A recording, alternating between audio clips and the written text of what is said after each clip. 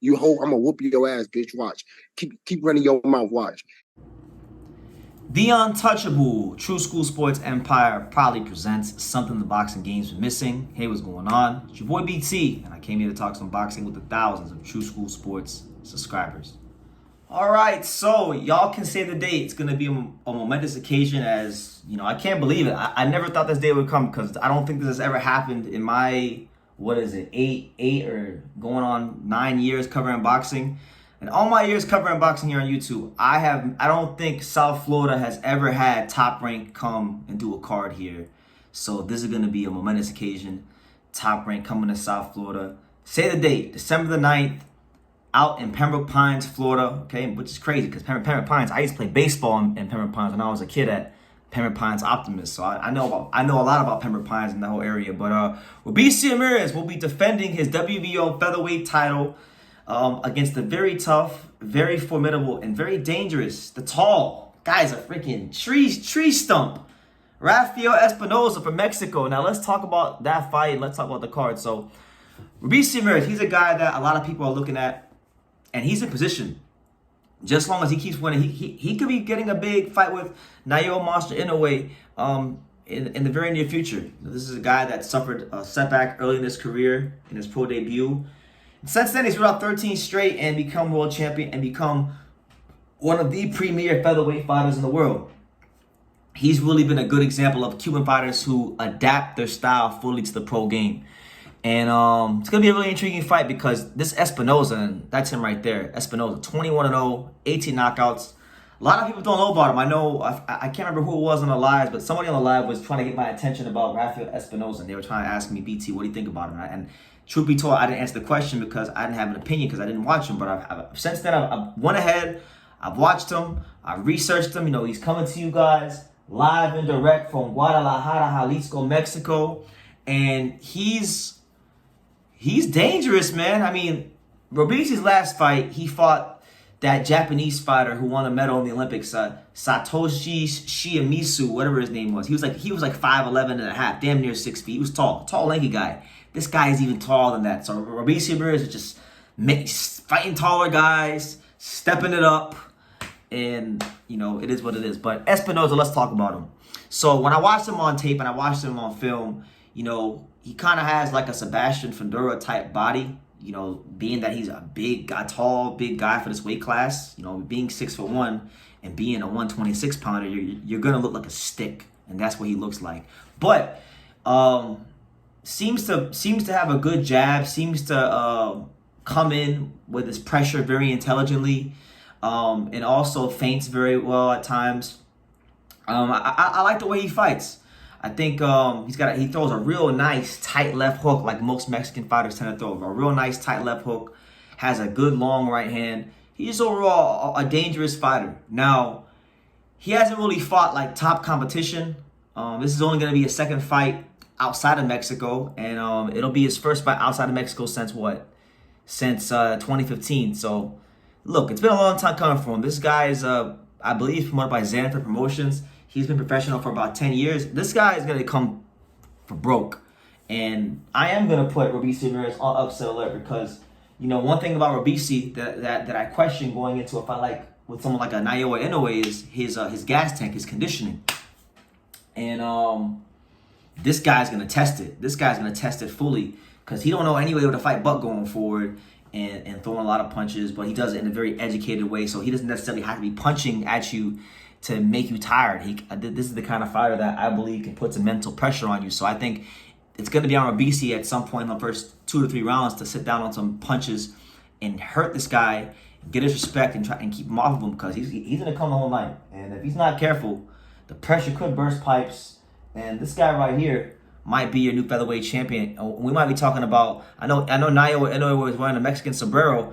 We might be talking about him as a Mexican. He could be fighting at featherweight when he moves up. So it's going to be a good scrap, and I can't wait to be there. It's going to be at a venue I've never been to. It's going to be at the Charles F. Dodge City Center. So I've never been there, but I know it's by the mall, by the Pembroke Lakes Mall. I used to go shopping down there all the time. So should be fun. But as far as the rest of the card, let's talk about that because there are some other notable fighters on this card. You know, I still can't believe Top Rank's coming to South Florida. I never thought the day would come. So shout out to the Godfather. Shout out to Top Rank, and please, guys, bring big time boxing back to South Florida. There's a good boxing community here. Got a lot of people that love the sport, and it'd be great to have more fights here in South Florida. Now, couple of notable matchups. Now, you got the co-main event is going to be one of South Florida's very own, all right? Xander Zayas. We know that Xander Zayas, he's currently number 2 in the WBO.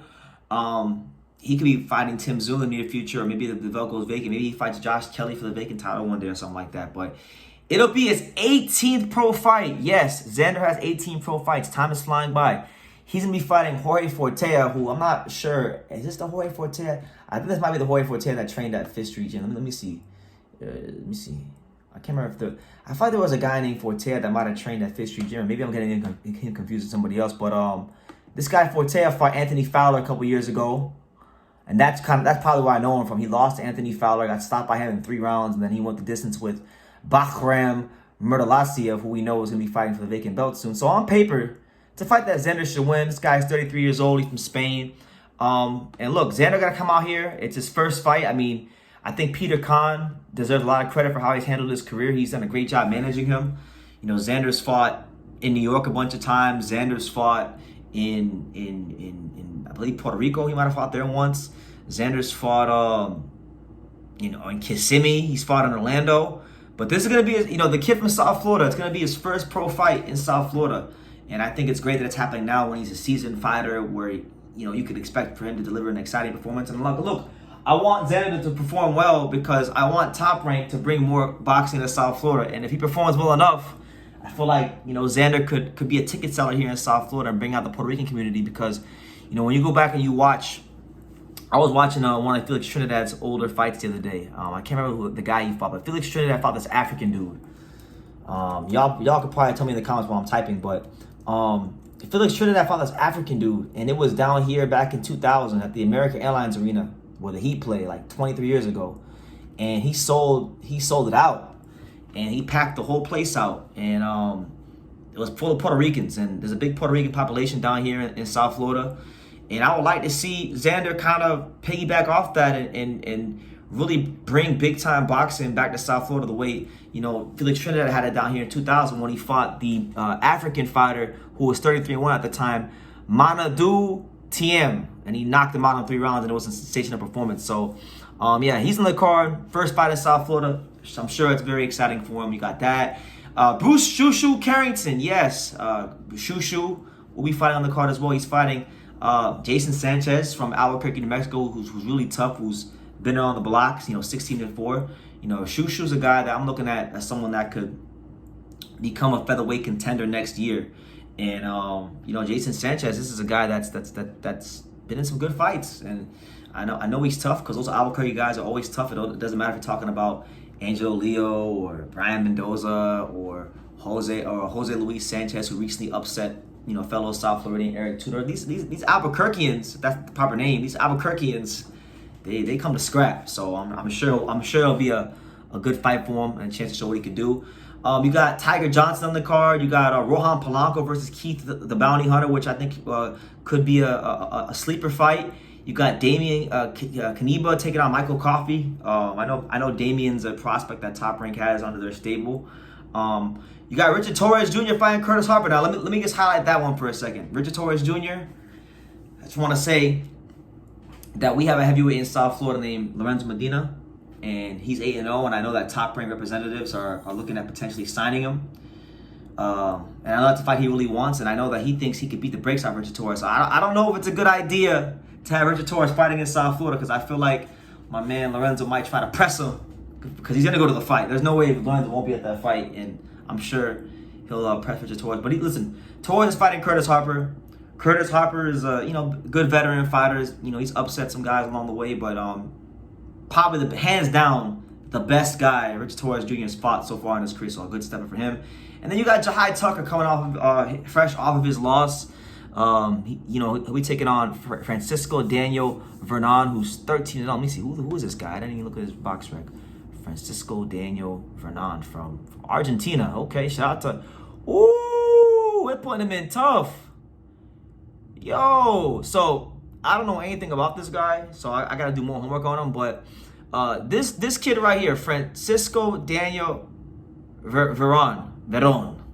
He's a fighter. Apparently he trains down here. Apparently he lives in Fort Lauderdale, so maybe probably trains in one of these gyms I haven't gone to in a while. But this guy recently scored an upset victory over Timur Karavov, and Timur Karavov is a good fighter, a Russian fighter.